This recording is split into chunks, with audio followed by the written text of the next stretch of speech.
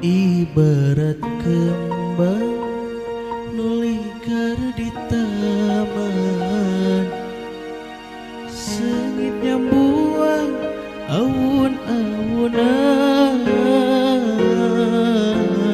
jadi pujaan di antara kumbang. Kumbang nu kasmaran loba nu kabandang, ayeuna kembang geus